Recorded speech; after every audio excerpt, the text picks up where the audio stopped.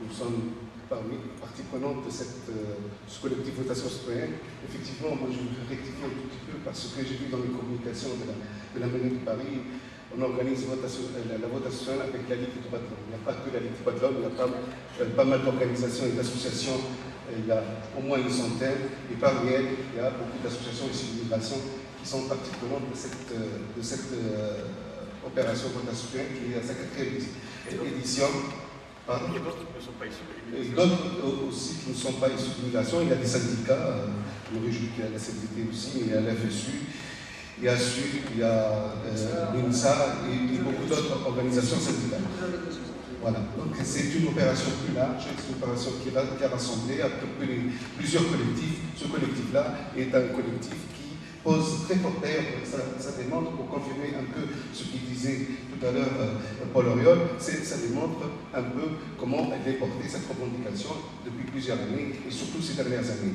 Et la confirmation de ce vote aujourd'hui parisien, les résultats, on les a aujourd'hui, que cette progression par rapport à 2006, ça nous conforte encore dans l'idée qu'il faut aller encore plus loin dans la bataille pour que, au moins cette fois-ci, on a d'autres échéances. On a organisé il y a une semaine une journée de mobilisation devant l'Assemblée nationale à l'occasion du passage de la loi, du projet de loi constitutionnelle devant l'Assemblée. Apparemment, on n'a pas été entendu, ou les gens puisque les amendements qui ont été présentés par plusieurs députés, plusieurs groupes, n'ont pas eu écho et n'ont pas été bien reçus par la majorité actuelle à l'Assemblée. On aura une autre échéance importante qui est le passage devant le Sénat. On ne va pas lâcher, on va aller chez les sénateurs aussi, on va mobiliser, on va continuer à mobiliser pour que, au moins, là, espérant, il ne faut pas désespérer, espérant qu'ils nous écoutent et qu'il y ait un amendement sénatorial cette fois-ci pour qu'il y ait l'introduction du droit de vote dans la Constitution.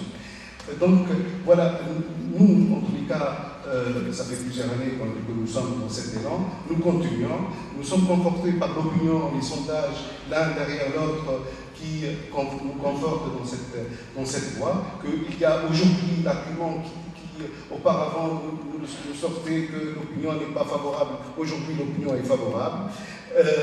La votation citoyenne, comment ça se passe? Ce n'est pas seulement des bulletins dans l'urne, ce n'est pas 32 000 votants. Il y a des discussions, des débats qui sont provoqués à chaque fois qu'il y a un vote. Avec chaque votant, presque, je dirais, puisque on a participé dans les marchés ou dans les gares ou dans les mairies avec à plusieurs moments de vote, et à chaque fois, avec chaque votant, il y a des hésitations, il y a des débats, il y a des discussions, et il y a des pour et des contre. Il y a effectivement des gens qui sont contre, et ils les ont exprimés, et ça se voit dans le résultat. Donc voilà, je ne veux pas être très lent, je veux dire que nous, en tous les cas, nous sommes déterminés à continuer, et peut-être on ira jusqu'à Versailles, si c'est nécessaire, pour faire